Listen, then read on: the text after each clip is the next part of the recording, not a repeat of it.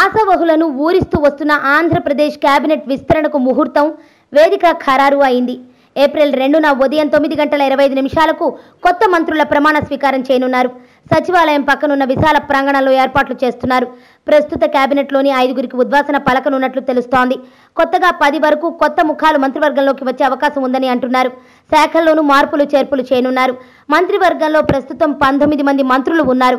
ఆంధ్రప్రదేశ్ కేబినెట్లో 25 మంది వరకు మంత్రులు ఉండే అవకాశం ఉంది. ఆశావహుల విజ్ఞప్తి ఓవైపు, మంత్రి పదవి పోతుందనే ఆందోళనలో ఉన్నారు మరోవైపు.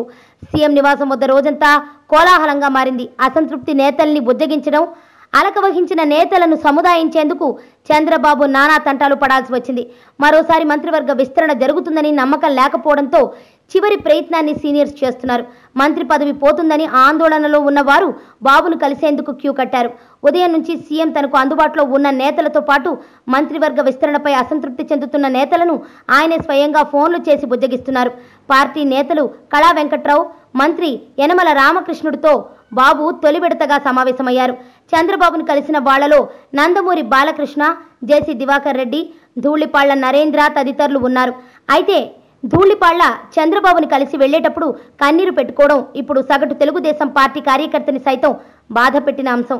ఓటమి ఎరుగని నాయకుడు, మంచి వాగ్దాటి కలిగిన వ్యక్తి కావడంతో ప్రతి తెలుగుదేశం కార్యకర్త కూడా ధూళిపాళ్ల లాంటి వ్యక్తులు మంత్రివర్గంలో ఉండాలి అని కోరుకున్నారు. మరి ధూళిపాళ్లకి మంత్రి పదవి దక్కకపోవటానికి గల కారణాలు అన్వేషిస్తే కనిపించే కారణాలు: 1, సామాజిక వర్గం; 2, 2019 ఎన్నికల నాటికి బలహీనంగా ఉన్న జిల్లాల్లో పార్టీని బలోపేతం చేసుకుని పార్టీని విజయం వైపు మళ్లించడం. అందుకు టీడీపీ ఎన్నుకున్న మార్గం వలస నేతలు.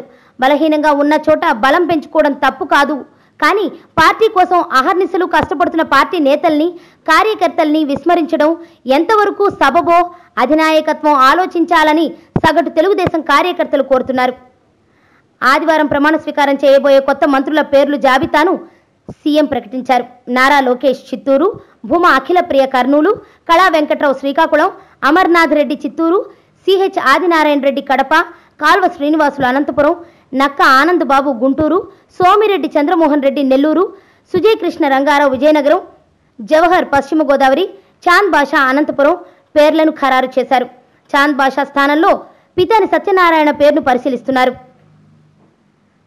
రావెల కిషోర్ బాబు, పల్లె రఘునాథరెడ్డి, కిమిడి మృణాళిని, బొజ్జల గోపాలకృష్ణ, పీతల సుజాతలను మంత్రివర్గం నుండి తప్పించారు.